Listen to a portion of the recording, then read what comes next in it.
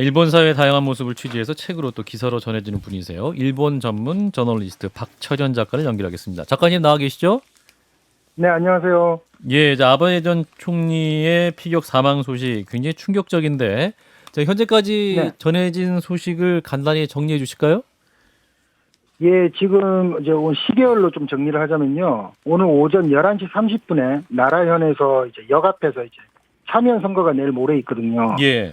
그래서 참여연 선거 자민당 후보 지원 유세를 하던 도중에 개안의 총격을 받았습니다. 두 발을 맞았고요. 처음 쏜 다음에 한 3초 있다가 다시 또 한 방을 쐈는데 예. 지금 방금 전에 여기 그 아베 전 총리가 후송되었던 나라현립의과 대학병원에서 방금 전에 그 기자회견이 있었습니다. 예. 그 직접 직부를 담당했던 의사가 나와가지고 이야기를 쭉 했는데 12시 30분에 이제 자기 병원에 도착했다고 하더라고요. 예. 도착을 했는데 이미 그때 심장폐가 둘 다 정지 상태였고 그리고 총상 두 군데 목 바로 밑에 목하고 이제 그 여기 쇄골뼈가 연결되는 부분하고 그 다음에 어깨 쪽에 있었는데 어깨 쪽은 관통을 한 것 하더라고요. 그래서 예. 출혈사 이미 심폐가 정지되었고 그 출혈이 엄청 많아가지고 뭐 그때 이미 거의 사망이었는데 이 5시 3분에 정확하게는 5시 3분에 사망을 최종적으로 공식 발표했고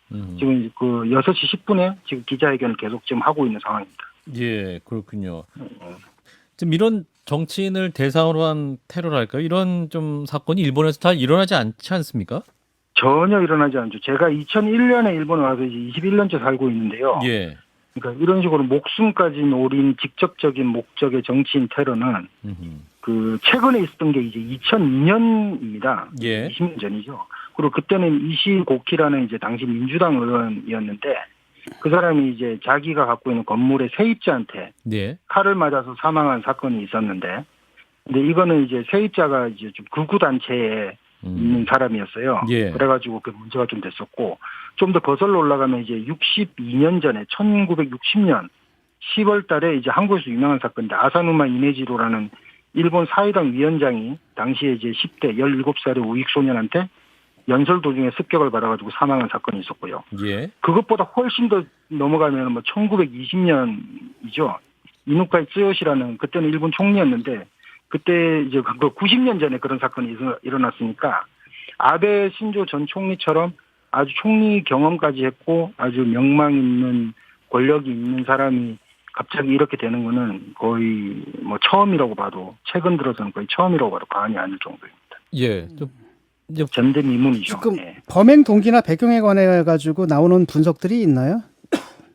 그게 지금 이 사람 방금 전에 앞에 분도 말씀하셨는데 이 사람 잡힌 사람이 이 야마가미 테츠야라는 그 원래 이제 해상 자위대원인데요. 진술이 오락가락하고 있어요. 근데 이제 한 가지 확실한 거는 그 아베 신조 총리를 노려서 죽였다라는 말은 계속 일관적으로 하고 있거든요. 예. 근데 이제 정치적 신조의 신념 때문에 그런 건 아니다라는 이야기는 하고 있는데 이 진술이 또 왔다 갔다 하고 있어요. 그리고 무엇보다 자기가 총을 직접 만들었고 그다음에 해상 자위대로 3년간 근무를 했다가 2005년에 이제 제대를 하고 지금 이거는 이제 언론에 조금씩 아직 공식적으로 확인한 데서 안 나오는 이야기인데 이제 인터넷이나 이런 쪽에서 그 사람들의 이제 이야기들이 SNS를 뜨고 있거든요. 예. 근데 13년 동안 지난 13년이니까 2008년 9년 그때부터 일정한 직업이 없이 그냥 뭐 이런저런 돌아다니는 그런 일용직이라든가 예. 그런 식의 일을 했다고 하더라고요. 그러니까 거의 무직에 가까운 그런 일을 하고 있었다. 뭐 일을 하고 있었다는 게 아니죠. 무직이니까.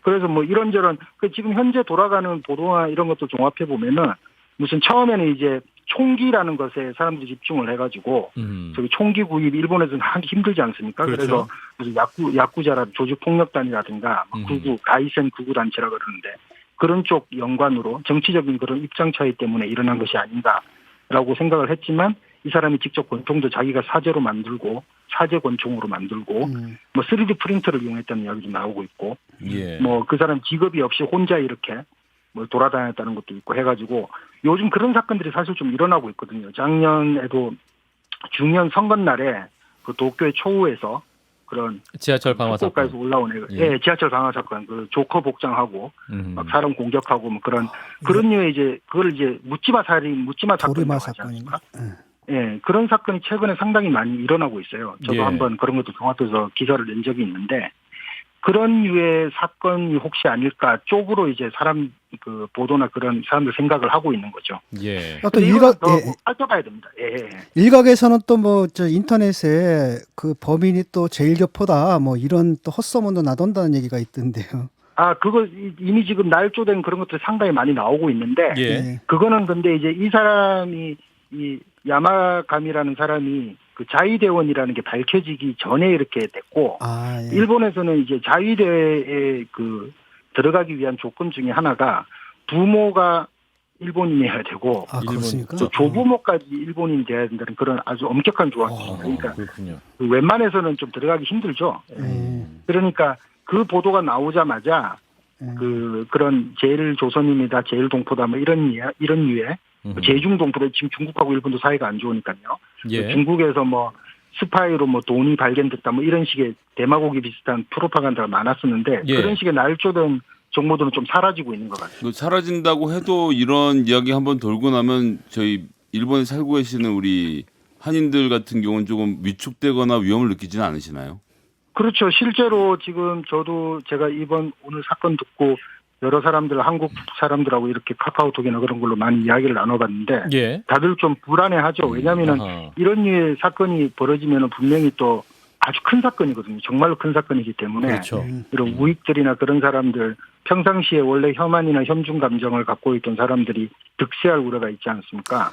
예. 그러면서 옛날에도 무차별적인 그런 헤이트 스피치라든가 그런 게 많았기 때문에 그런 것들이 또다시 일어나지는 않을까 걱정되는 그런 이야기들, 걱정들을 일단 많이 하죠. 그것보다 일단 경찰이 이번에는 걸려있기 때문에 이번에 뭐 경호 문제라든가 그런 것들 경찰 측 책임도 있지 않습니까? 그러니까 그렇죠. 경찰들이 이제 시시때때로 예를 들어 뭐 불신 검문이라든가 그런 것들은 언제든지 할 수 있는 그런 상황이 정말 아무도 모르는 평범한 사람이 그런 짓을 할 정도니까 이제 예. 좀 의심이 간다 그러면 무조건 지나가는 사람들 잡아 세우고. 자, 예. 마무리해야 될 것 같아서요, 할 작가님. 수가 있죠. 자, 이제 참의원 네. 선거 앞두고 있는데 현재 어떤 상황인지 간단히 말씀해 주실까요?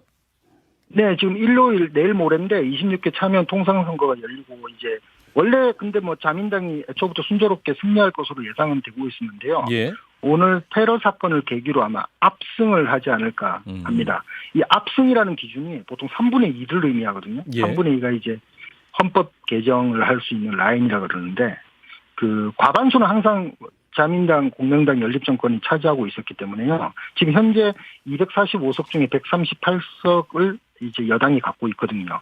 근데 이제 문제는 개헌 의석수라 불리는 3분의 2 이상인데 아마 오늘 테러 사건을 계기로 이번 참여연 선거는 자민당이 개헌선 의석수까지 획득하지 않을까 저는 그렇게 예상하고 있습니다. 평화법 개헌도 가능하겠네요, 그럼. 평화헌법. 그렇죠. 이제 헌법 좀 최종적으로는 국민투표에 붙여야 되거든요. 아하. 하지만 기본적으로 이제 국민투표까지 가는 과정에서 중의원 3분의 2, 참여연 3분의 2가 찬성을 해야 돼요.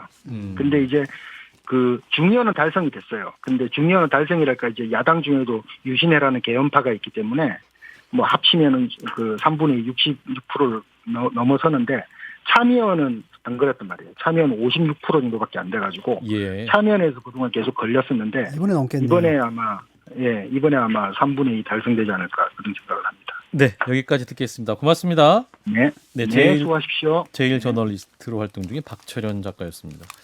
좋아요? 구독! 알림 설정.